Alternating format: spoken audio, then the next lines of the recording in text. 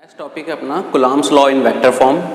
Coulomb's law को vector form में देखेंगे क्योंकि फोर्स एक वेक्टर क्वांटिटी है, तो इसको वेक्टर फॉर्म में किस तरह से रिप्रेजेंट करेंगे वो देखते हैं। तो यहाँ मैंने एक कोऑर्डिनेट सिस्टम बनाया जिसमें मैंने एक चार्ज तो ओरिजिन पे रख दिया Q1, एक चार्ज इससे r डिस्टेंस पे रख दिया Q2। अब हमें वेक्टर फॉर्म में बताना है यहाँ पर, तो हमें वेक्टर फॉर्म के लिए डायरेक्शन बतानी पड़ेगी। तो ये जो r की डायरेक्शन है इसी को मैं नेम दे देता हूँ r कैप। इस डायरेक्शन को मैंने एक नेम दे दिया r कैप। कैप जिसके ऊपर लगता है वो यूनिट वेक्टर होता है, और यूनिट वेक्टर 11th में पढ़ा हमने कि यूनिट वेक्टर का मैग्नीट्यूड तो 1 होता है, लेकिन ये वेक्टर की डायरेक्शन बताता है। तो डायरेक्शन को डिनोट करने के लिए हम यूनिट वेक्टर को यूज करते हैं, तो इस डायरेक्शन को हमने r वेक्टर से डिनोट कर दिया। अब इसके बाद ये दोनों चार्जेस यहाँ पर कोई साइन नहीं इनके आगे, तो यही एज्यूम कर लेते हैं दोनों ही प्लस हैं। अगर दोनों ही प्लस हैं तो दोनों एक दूसरे से रिपेल होंगे।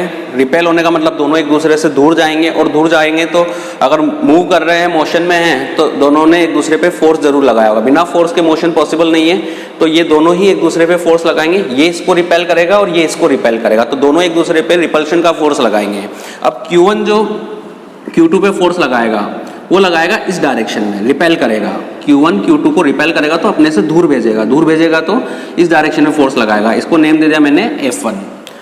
तो इसको मैं यहाँ लिखता हूँ force on Q2 due to Q1। Q1 की वजह से Q2 पे जो फोर्स है जिसको मैंने F1 से डिनोट किया है, ये फॉर्मूला हमारे पास कुलाम्स लॉ से आया था K Q1 Q2 upon R square. तो K और दो चार्जेस हैं Q1 और Q2, तो Q1 Q2 लिख देता हूँ मैं यहाँ पे, अपॉन उनके बीच का जो डिस्टेंस है वो है r, उसका स्क्वायर। अभी ये स्केलर फॉर्म में, यहाँ वेक्टर के लिए वेक्टर में आपको मैग्नीट्यूड प्लस डायरेक्शन दोनों डिनोट करनी पड़ती है। तो ये मैग्नीट्यूड तो हो गया, पर अभी तक हमने यहाँ डायरेक्शन नहीं लिखी। अब मैं अगर डायरेक्शन लिख देता हूँ तो ये वेक्टर फॉर्म में आ जाएगा। तो यहाँ पर देखेंगे हम कि F1 की जो डायरेक्शन है वो r कैप की डायरेक्शन में है, तो मुझे यहाँ पर r कैप लिखना पड़ेगा। F1 जो है वो r कैप के अलॉन्ग ही है, तो यहाँ पर मैंने r कैप लिख दिया। और अब ये वेक्टर फॉर्म में हो गया, मैग्नीट्यूड प्लस डायरेक्शन, तो अब ये वेक्टर फॉर्म में हो गया, इसलिए मैं यहाँ पर F1 वेक्टर लिखूंगा। नेक्स्ट कि Q2 भी Q1 को रिपेल करेगा तो रिपल्शन का फोर्स लगाएगा। अब रिपल्शन के फोर्स में ये Q2 Q1 को दूर धकेलेगा अपन से, तो दूर धकेलने के केस में ये जो फोर्स इस पे अप्लाई करेगा वो इस डायरेक्शन में होगा, तो वो यहाँ लिख दिया मैंने F2। ये Q2 Q1 को इस तरह से फोर्स लगाएगा, दूर धकेलेगा अपने से, तो F2। अब इसको मैं लिखता हूँ force on Q1 due to Q2। Q2 की वजह से Q1 पे जो फोर्स है उसको मैंने डिनोट किया है F2 से। फॉर्मूला में वापस वही K Q1 Q2 upon R square, तो दोनों चार्जेस सेम है, Q1 Q2 upon R square, और जो डायरेक्शन होगी F2 की वो R कैप के ऑपोजिट डायरेक्शन में होगी। यहाँ पर हमें साफ साफ दिख रहा है डायग्राम में, F2 की डायरेक्शन जो है वो R कैप के ऑपोजिट डायरेक्शन में है। तो इस बार मैं यहाँ पे R कैप ना लिखकर माइनस R कैप लिखूंगा। तो यहाँ पर हमने जो माइनस R कैप लिखा है, तो ये जो माइनस जो हमने लिखा है इसका रीजन हमारे पास होना चाहिए। तो इसका रीजन है हमारे पास कि जो F2 है वो R कैप के ऑपोजिट डायरेक्शन में है, तो इस माइनस को मैं बाहर निकाल देता हूँ। अब ये वेक्टर फॉर्म में आ गया, तो F2 vector equals to minus K Q1 Q2 upon R square R cap. अगर हम इसको ध्यान से देखें तो ये वैल्यू ये लिखी हुई है K Q1 Q2 upon R square R cap, K Q1 Q2 upon R square R cap. तो इसको तो आप F1 लिख सकते हो, तो F2 vector is equals to minus, और इसकी जगह मैं F1 वेक्टर लिख दूंगा, तो ये यहाँ से मैं ये मिला। अब इसका मीनिंग ये होता है कि ये जो दोनों फोर्स हैं F1 और F2 दोनों मैग्नीट्यूड में इक्वल हैं और डायरेक्शन में ऑपोजिट है। डायरेक्शन में ऑपोजिट तो आपको डायग्राम में भी दिख रहे होंगे, F1 इस डायरेक्शन में, F2 इस डायरेक्शन में, डायरेक्शन में ऑपोजिट है। और ये जो इक्वल का साइन है ये डिनोट कर रहा है कि दोनों का मैग्नीट्यूड इक्वल है। इसका मतलब इसने जितना फोर्स इस पे लगाया उतना ही फोर्स इसने भी इस पे लगाया, दोनों फोर्स मैग्नीट्यूड में इक्वल है और डायरेक्शन में ऑपोजिट है। ऐसा ही हमने 11th में भी सुना था। 11 में जो Newton's third law of motion है उसमें एक्शन रिएक्शन का जो लॉ है उसमें ये बोला गया है कि each action has equal and opposite reaction. Same यहाँ पर हो रहा है, each action has equal and opposite reaction.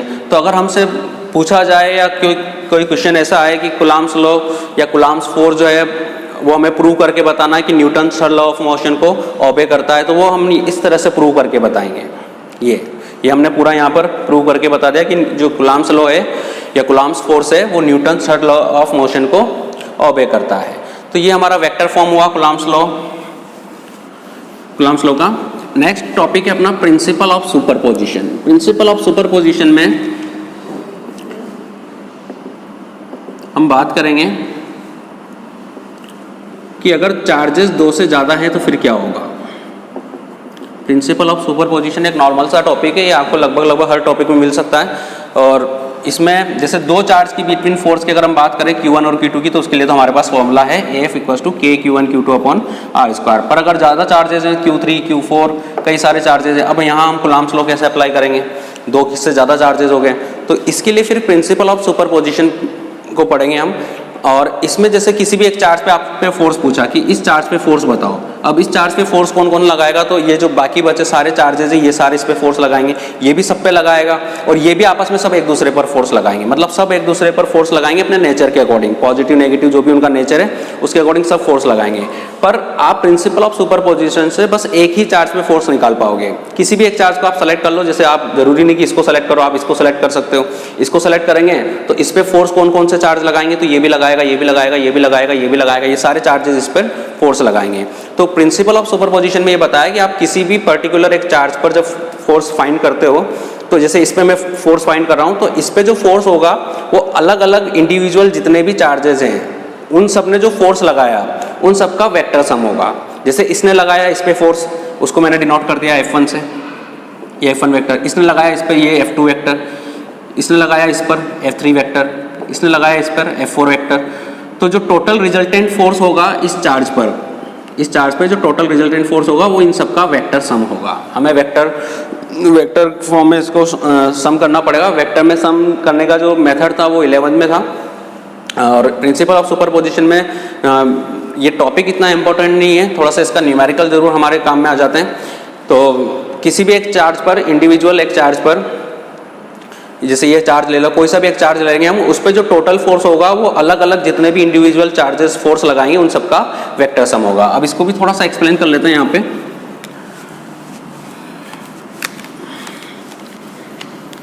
जैसे ये एक चार्ज यहाँ पे पुट कर दिया मैंने Q0, और इससे R1 डिस्टेंस पर एक चार्ज है Q1, R2 डिस्टेंस पर एक और चार्ज है Q2, R3 डिस्टेंस पर एक और चार्ज है Q3, और ऐसे अलग अलग डिस्टेंसेस पर अलग अलग कई सारे चार्जेस हैं Qn Rn, इसके आसपास कई सारे चार्ज रखे हुए हैं। अब हमें इंडिविजुअल जो फोर्स निकालना है वो बस इस चार्ज पे निकालना, हम किसी पे भी निकाल सकते हैं, हम इस पे किसी पे भी निकाल सकते हैं, पर मैं निकालूंगा इस पर। कोई सा भी एक चार्ज सेलेक्ट करना था, मैंने ये सेलेक्ट कर लिया।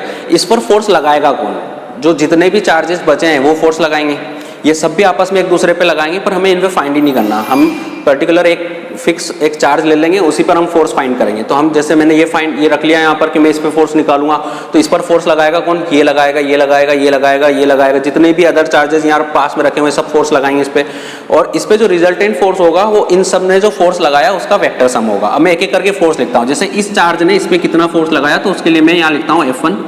अब मैं फॉर्मूला अप्लाई करता हूँ, तो K Q1 Q2 upon R square, ये फॉर्मूला है हमारे पास। अब यहाँ जो दो चार्जेस हैं उनके नेम Q1 Q2 नहीं है, एक का नाम Q1 है, एक का नेम Q0 है, तो Q1 Q0 लिख दिया मैंने। उनके बीच का डिस्टेंस यहाँ R नहीं है, R1 है, तो मैं R1 ही लिखूंगा। डायरेक्शन पे अगर आप लिखना चाहो तो लिख सकते हो, जैसे इस डायरेक्शन को मैंने डिनोट कर दिया, ये R1 कैप है, तो यहाँ मैं लिख दूंगा R1 कैप और ये F1 वेक्टर। सब मैंने पॉजिटिव ही लिया, तो पॉजिटिव को रिपेल करके दूरी भेजेगा, तो R1 कैप की डायरेक्शन में आएगा ये।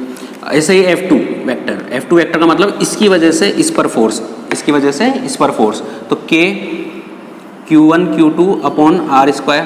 अब वापस यहीं पे कि यहाँ पे Q1 Q2 नहीं है, चार्ज के नेम Q2 और Q0 है, तो यहाँ लिखूंगा मैं Q2, यहाँ लिखूंगा Q0, उनके बीच का डिस्टेंस R नहीं है, R2 है, और इस डायरेक्शन को मैं नेम दे दूंगा R2 कैप, तो यहाँ मैं लिख दूंगा R2 कैप, ये वेक्टर फॉर्म में हो गया। इसी तरह से मैं लिखूंगा F3, F4, F5, F6। अगर मैं F3 लिखता हूँ तो इसकी वजह से इस पर फॉर्मूला बनेगा K Q3 Q0 upon R3 square R3 cap, इस डायरेक्शन को हम R3 कैप नेम दे देंगे। और ऐसे फिर मैं लिखता ही जाऊंगा इनको, और Fn लिख लेते हैं अब डायरेक्ट इस nth चार्ज के लिए, तो K Q1 Q2 upon R square R cap.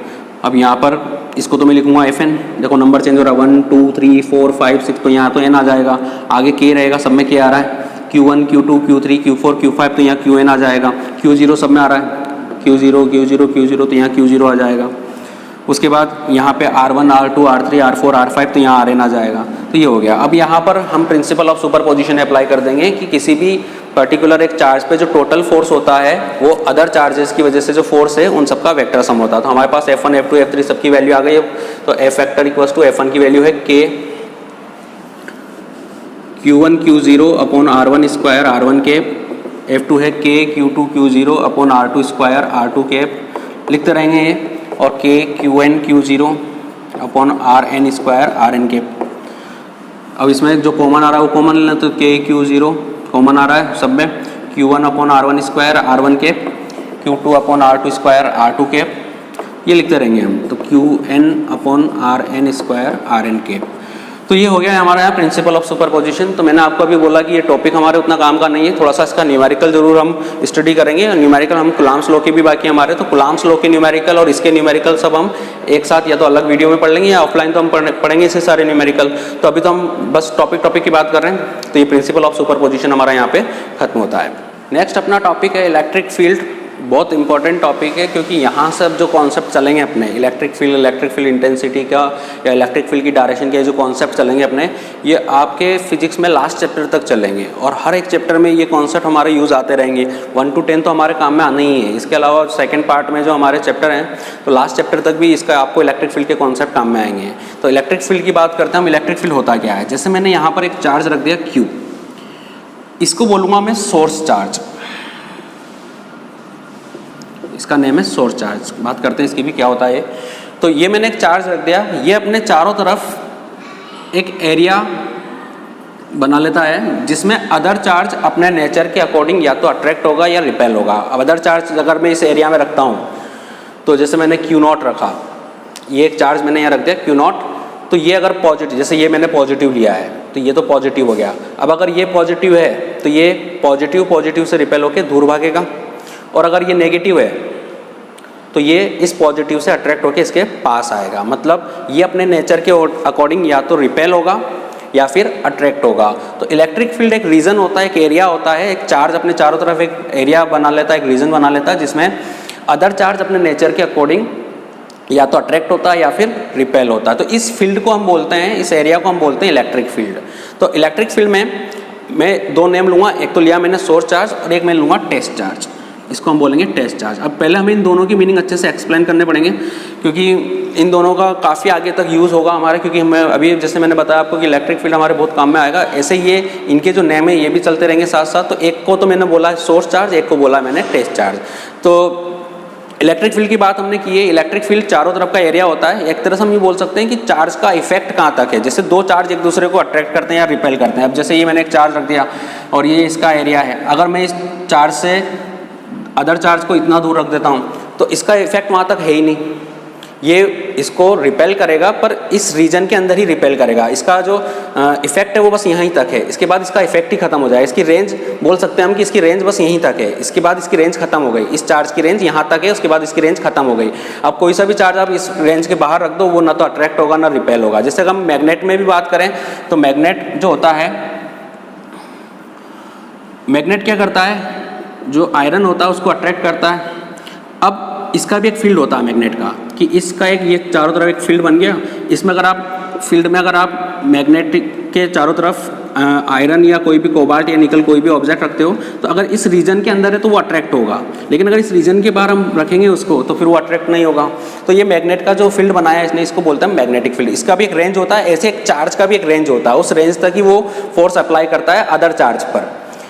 अगर वो उस रेंज में है तो वो अपने नेचर के अकॉर्डिंग या तो रिपेल हो जाएगा या अट्रैक्ट हो जाएगा। पर उस रेंज के अगर बाहर है, जैसे यहाँ पर ये चार्ज रखा हुआ है, तो इस चार्ज का इस पर कोई इफेक्ट नहीं होगा, ना तो ये इसको रिपेल कर पाएगा ना अट्रैक्ट कर पाएगा, क्योंकि इसकी रेंज ही यहाँ तक है।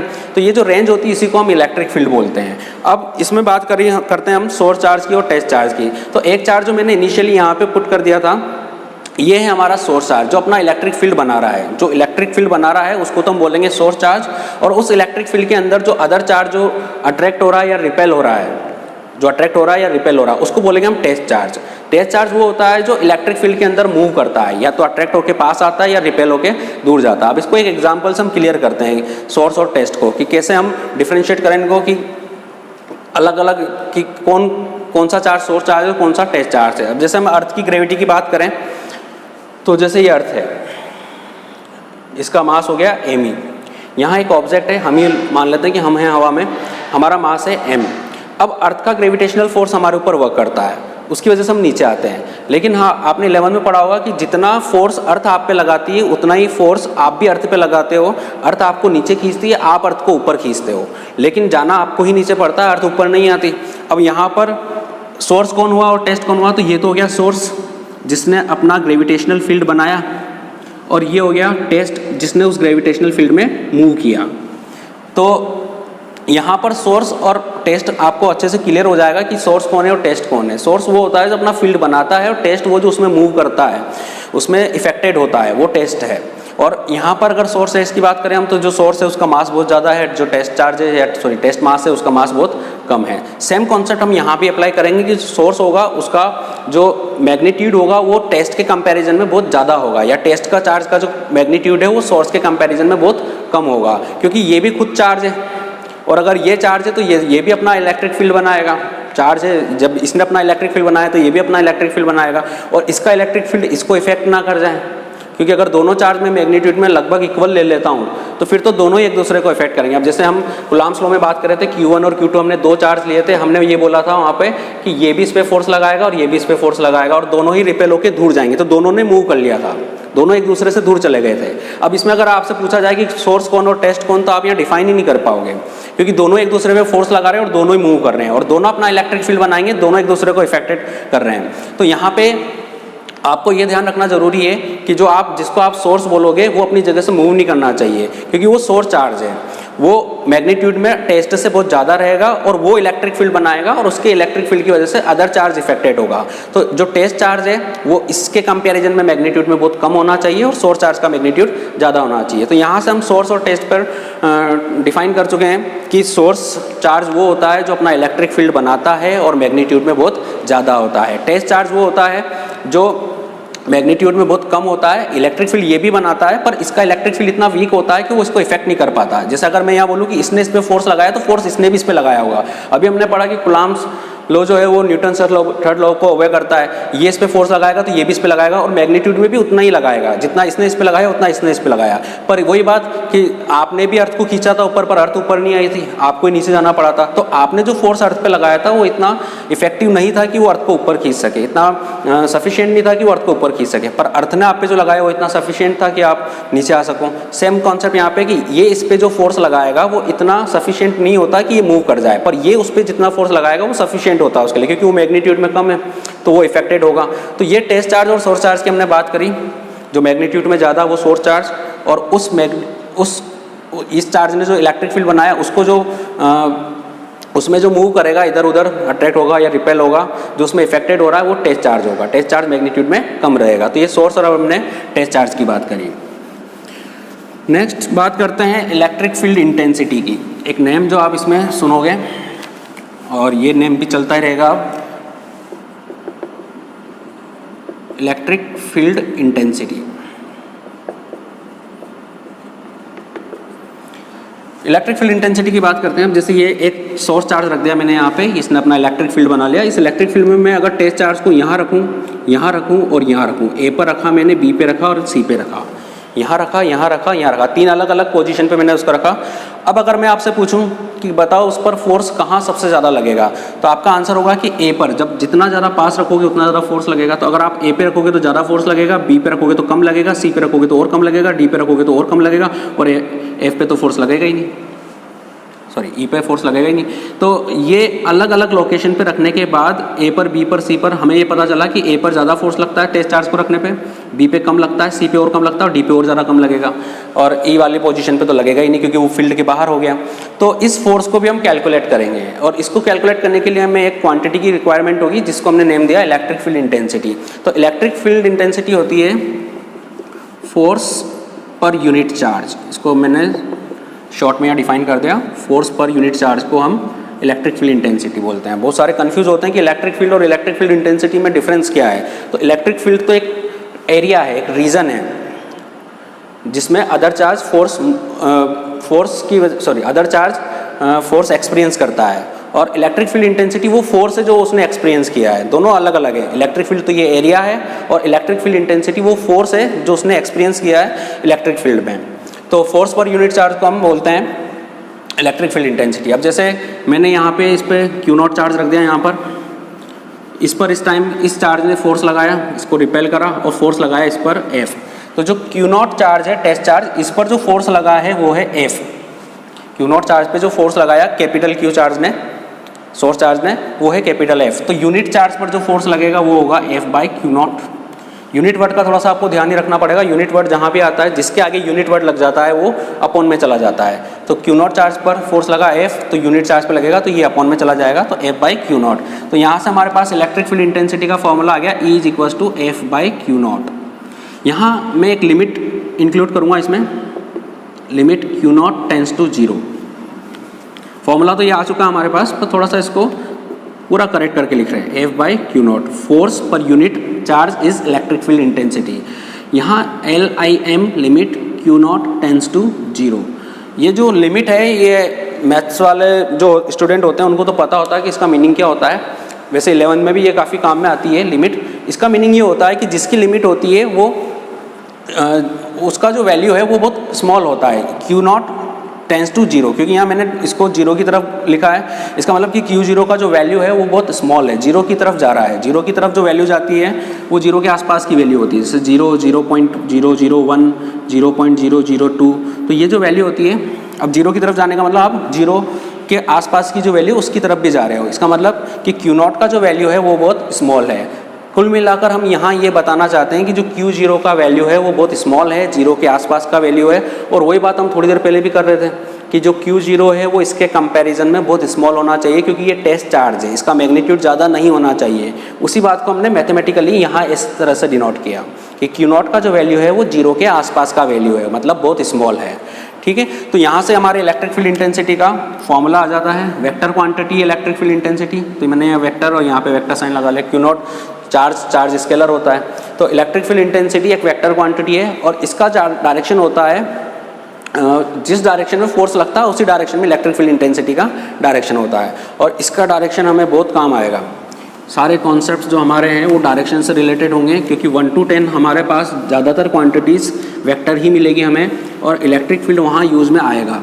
तो हम इलेक्ट्रिक फील्ड इंटेंसिटी की डायरेक्शन की बात करते हैं कि अगर जैसे मैंने सोर्स चार्ज रख दिया पॉजिटिव,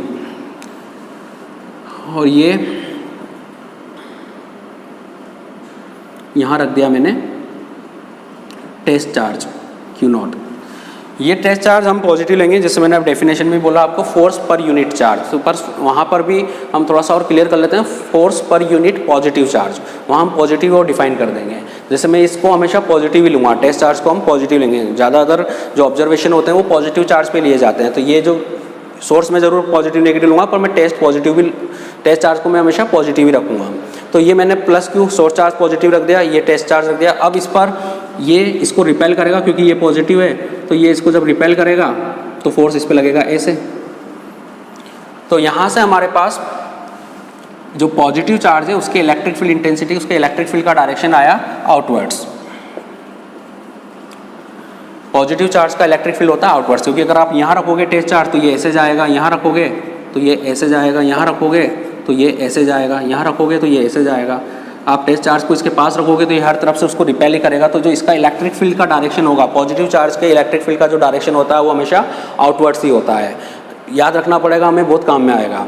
और अगर मैं जो ये सोर्स चार्ज ये नेगेटिव ले लेता हूँ, तो अब इसका इलेक्ट्रिक फील्ड देखिए किस डायरेक्शन में होगा, तो ये Q0 को क्या करेगा, अट्रैक्ट करेगा, माइनस से प्लस को अट्रैक्ट करेगा, तो ये अपनी तरफ खींचेगा। तो इलेक्ट्रिक फील्ड का जो डायरेक्शन अगर मैं -Q लिखता हूँ और ये इसका इलेक्ट्रिक फील्ड हो गया, Q0 को यहाँ रखता हूँ तो ये इसको खींच के इधर लाएगा, यहाँ रखूँगा तो ऐसे लाएगा, यहाँ रखूँगा तो ऐसे लाएगा, यहाँ रखूँगा तो ऐसे लाएगा, यहाँ रखूँगा तो ऐसे लाएगा। तो -Q का जो इलेक्ट्रिक फील्ड होगा वो होगा इनवर्स। तो +Q का जो इलेक्ट्रिक फील्ड है वो आउटवर्ड्स है, -Q का जो इलेक्ट्रिक फील्ड है वो इनवर्स है। अब अगर बात हो जाती है कि दोनों ही चार्ज अवेलेबल हैं, जैसे एक पॉजिटिव प्लेट है और एक नेगेटिव प्लेट है। अब यहाँ पर पॉजिटिव है और नेगेटिव दोनों ही प्लेट हैं, और इसके बीच में एक टेस्ट चार्ज को मैं यहाँ छोड़ देता हूँ। अब ये टेस्ट चार्ज मैंने पॉजिटिव ले लिया, तो ये टेस्ट चार्ज पॉजिटिव लेना था मुझे, मैंने पॉजिटिव ले लिया। अब उसके बाद अगर हम बात करें कि अगर पॉजिटिव और नेगेटिव दोनों चार्ज है, जैसे सिंगल पॉजिटिव चार्ज है तो उसका तो आउटवर्ड्स होगा, सिंगल नेगेटिव चार्ज है तो उसका इनवर्स होगा। लेकिन अगर दोनों ही हैं, पॉजिटिव भी है नेगेटिव भी, दो सोर्स चार्ज रखे हुए हैं यहाँ पर, ये भी सोर्स है ये भी सोर्स है, और इसके बीच में एक टेस्ट को छोड़ दिया हमने, टेस्ट चार्ज को, तो ये प्लस को क्या करेगा, रिपेल करेगा, और माइनस प्लस को क्या करेगा, अट्रैक्ट करेगा। तो ये तो बताओ इस पे फोर्स किस डायरेक्शन में लग रहा है, तो इस पे फोर्स लग रहा है इस डायरेक्शन में। आप कहीं भी छोड़ दो इसको तो प्लस प्लस को रिपेल करेगा, माइनस प्लस को अट्रैक्ट करेगा, तो इस डायरेक्शन में आएगा। तो अगर दोनों ही चार्ज हैं तो फिर इलेक्ट्रिक फील्ड का जो डायरेक्शन होगा वो होगा +2 माइनस। तो यहाँ पर हमने इलेक्ट्रिक फील्ड की डायरेक्शन की बात करी। सिंगल पॉजिटिव चार्ज है तो उसका इलेक्ट्रिक फील्ड होगा आउटवर्ड। जैसे मैं कहीं पे भी ये पॉजिटिव चार्ज रख देता हूँ, अब अगर मुझसे यहाँ पूछा जाए कि यहाँ इलेक्ट्रिक फील्ड का डायरेक्शन बताओ तो मैं आउटवर्ड्स बनाऊंगा। आउटवर्ड्स मतलब इससे दूर जाता हुआ, ये यहाँ पूछे तो मैं आउटवर्ड्स बनाऊंगा, यहाँ पूछे तो ये आउटवर्ड्स, यहाँ पूछे तो ये आउटवर्ड्स, यहाँ पूछे तो ये आउटवर्ड्स। आउटवर्ड्स मतलब इससे दूर जाता हुआ। ये सिंगल पॉजिटिव चार्ज, नेगेटिव नहीं रखा हुआ है यहाँ पे। सिंगल नेगेटिव चार्ज का इलेक्ट्रिक फील्ड पूछे हमसे कि एक नेगेटिव चार्ज रखा हुआ कहीं पे, सोर्स चार्ज है, इसका इलेक्ट्रिक फील्ड बताओ यहाँ पर, तो इसका इलेक्ट्रिक फील्ड यहाँ पर होगा इन्वर्स, इसकी तरफ आता हुआ। यहाँ पे पूछे तो इन्वर्स इसकी तरफ आता हुआ, इन्वर्स इसकी तरफ आता हुआ, इन्वर्स इसकी तरफ आता हुआ, इन्वर्स इसकी तरफ आता हुआ। तो नेगेटिव चार्ज सिंगल पॉजिटिव का आउटवर्ड्स, सिंगल नेगेटिव का इन्वर्स। और अगर दोनों ही हैं, +q भी ये भी सोर्स है और -q ये भी सोर्स है, और हमसे पूछे कि यहाँ इलेक्ट्रिक फील्ड का डायरेक्शन बताओ, तो हम इलेक्ट्रिक फील्ड का डायरेक्शन बताएंगे +2 माइनस। जिधर फोर्स लगेगा उधर, टेस्ट चार्ज पे जिधर फोर्स लगेगा, तो हमने यहाँ पर एक्सप्लेन किया ही है कि अगर टेस्ट चार्ज को आप एक पॉजिटिव और नेगेटिव प्लेट के बीच में छोड़ दोगे तो वो +2 माइनस मूव करेगा, ये इसको रिपेल करेगा, ये इसको अट्रैक्ट करेगा। तो अगर दोनों ही चार्जेस अवेलेबल हैं, जो हमारे होंगे भी सही, पॉजिटिव नेगेटिव दोनों ही हमारे पास अवेलेबल होंगे भी सही, तो उस केस में फिर हम इलेक्ट्रिक फील्ड का डायरेक्शन क्या बताएंगे, +2 माइनस। तो इलेक्ट्रिक फील्ड का डायरेक्शन हमारे बहुत ज़्यादा ही काम में आएगा। तो आपको ये इलेक्ट्रिक फील्ड का डायरेक्शन याद रखना है। सिंगल पॉजिटिव चार्ज का electric field outwards, single negative charge का इलेक्ट्रिक फील्ड इनवर्स, और अगर दोनों ही हैं तो +2 माइनस। सिंपल सा है कि जैसे आपको 2 प्लेट दे दी, ये पॉजिटिव प्लेट है, ये नेगेटिव प्लेट है, और आपसे पूछा कि इलेक्ट्रिक फील्ड का डायरेक्शन क्या है, तो आपको सिंपल सा इतना बोलना है +2 माइनस, मतलब इस डायरेक्शन में इलेक्ट्रिक फील्ड रहेगा। ठीक है, तो ये इलेक्ट्रिक फील्ड का डायरेक्शन हो गया। नेक्स्ट टॉपिक है अपना motion of charge in electric field. Electric फील्ड की वजह से चार्ज का मोशन। अभी जैसे हमने बात करी थी कि ये एक पॉजिटिव प्लेट मैंने बनाई यहाँ पर और ये नेगेटिव प्लेट बनाई हमने, तो यहाँ जो इलेक्ट्रिक फील्ड रहेगा वो रहेगा +2 माइनस, प्लस से माइनस इलेक्ट्रिक फील्ड रहता है। अब यहाँ पर मैं टेस्ट चार्ज छोड़ूंगा। अभी इस बार हम टेस्ट चार्ज नेगेटिव भी लेके देखेंगे क्योंकि हमें आगे रिक्वायरमेंट पड़ेगी। कॉन्सेप्चुअल देखिए, टेस्ट चार्ज हमेशा पॉजिटिव ही लिया जाता है, लेकिन प्रैक्टिकली हमें नेगेटिव चार्ज भी टेस्ट चार्ज की फॉर्म में काम में लेना पड़ता है। तो इसलिए इस बार हम दोनों को लेकर देखेंगे, हम पॉजिटिव भी छोड़ेंगे टेस्ट चार्ज को और नेगेटिव भी छोड़ेंगे। तो यहाँ पर ये मैंने एक पॉजिटिव टेस्ट चार्ज छोड़ दिया, यहाँ पर एक नेगेटिव टेस्ट चार्ज छोड़ दिया। अब हम ये बात करना चाहते हैं यहाँ पे, क्या इलेक्ट्रिक फील्ड चार्ज पर फोर्स लगाता है, तो उसके लिए हमारे पास फॉर्मूला भी है। जैसे अभी हमने बात की थी कि इलेक्ट्रिक फील्ड इंटेंसिटी का फॉर्मूला होता है F/Q0। इस बार मैं लिमिट काम में नहीं ले रहा हूँ क्योंकि वो वहाँ हमने टॉपिक पढ़ा था, वहाँ हमने उसको Q0 का जो इंपॉर्टेंस है या Q का जो इंपॉर्टेंस है वो बताया था। और मैथमेटिकली हम बार बार लिमिट काम में नहीं लेंगे क्योंकि हम मैथ्स पढ़ भी नहीं रहे, हम फिजिक्स ही पढ़ रहे हैं, तो हमारे उससे उतना काम नहीं होगा। बाकी हाँ, हमने वहाँ पर लिखकर क्लियर किया कि इस लिमिट को अगर हम लिखते हैं तो उसका मीनिंग क्या होता है। तो जैसे मैंने यहाँ पे लिख दिया, अब लिमिट के बिना लिख दिया मैंने। अब यहाँ से मैं अगर F का फॉर्मूला बनाऊँ तो F का फॉर्मूला बनेगा ये, तो Q0 इंटू E। तो ये हो गया force on charge Q0 due to electric field. तो हमारे पास इलेक्ट्रिक फील्ड की वजह से फॉर्मूला भी आ गया कि इलेक्ट्रिक फील्ड की वजह से जो चार्ज पर फोर्स लगता है उसका फॉर्मूला क्या है। एक फॉर्मूला हमारे पास स्टार्टिंग में आया था कुलाम्स लॉ से, K/Q1/Q2/R²। अब थोड़ा सा कन्फ्यूजन होना स्टार्ट हो जाता है क्योंकि एक ही क्वांटिटी के अलग अलग कई सारे फॉर्मूला आते रहते हैं। तो यहाँ पर 2 फॉर्मूला F के आ गए। F का एक फॉर्मूला ये रहा, एक फॉर्मूला ये रहा।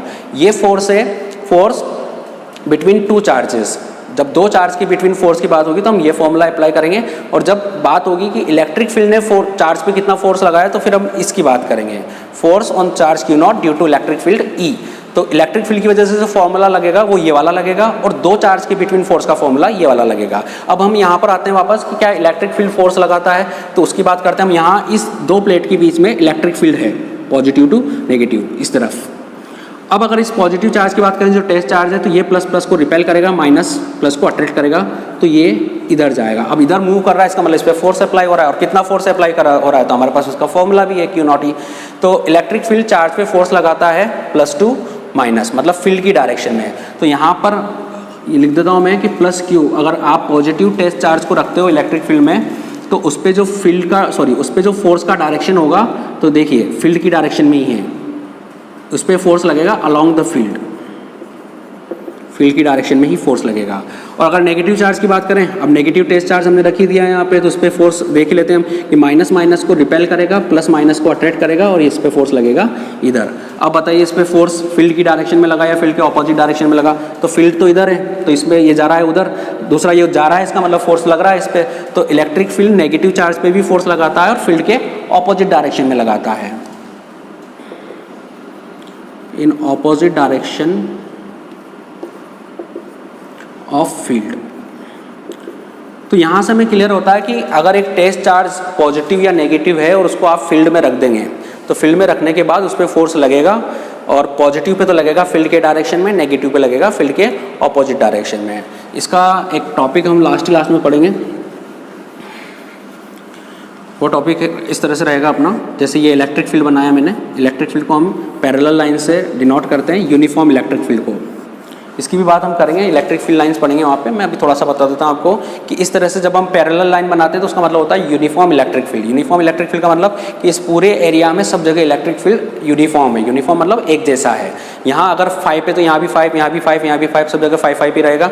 अब इसमें अगर मैं 2 चार्ज रख दूँ, जैसे एक चार्ज तो मैंने रख दिया यहाँ पर ये प्लस क्यू, और एक चार्ज रख दिया मैंने यहाँ पर माइनस क्यू, दोनों टेस्ट चार्ज हैं।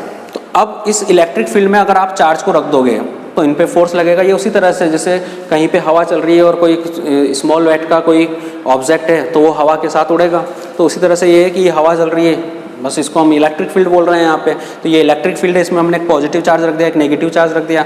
अब क्या इलेक्ट्रिक फील्ड चार्ज पे फोर्स लगाता है, तो उसका आंसर है हाँ लगाता है। कितना लगाता है तो उसका फॉर्मूला भी है हमारे पास, F=Q0E। और किस डायरेक्शन में लगाता है तो वो भी है हमारे पास कि इलेक्ट्रिक फील्ड है इस डायरेक्शन में, यहाँ पर ये डायरेक्शन में इलेक्ट्रिक फील्ड है। तो पॉजिटिव चार्ज पे हमने लिखा पॉजिटिव चार्ज में along the field, positive charge पे जो फोर्स लगेगा वो फील्ड की अलोंग लगेगा। तो फील्ड है इधर की तरफ तो इस पर चार्ज लगेगा इधर की तरफ, कितना लगेगा उसका फॉर्मूला है हमारे पास। और क्या नेगेटिव चार्ज पे भी इलेक्ट्रिक फील्ड फोर्स लगाता है, तो उसका भी आंसर है हमारे पास कि हाँ नेगेटिव चार्ज पे भी इलेक्ट्रिक फील्ड फोर्स लगाता है। किधर लगाता है तो in opposite direction of field.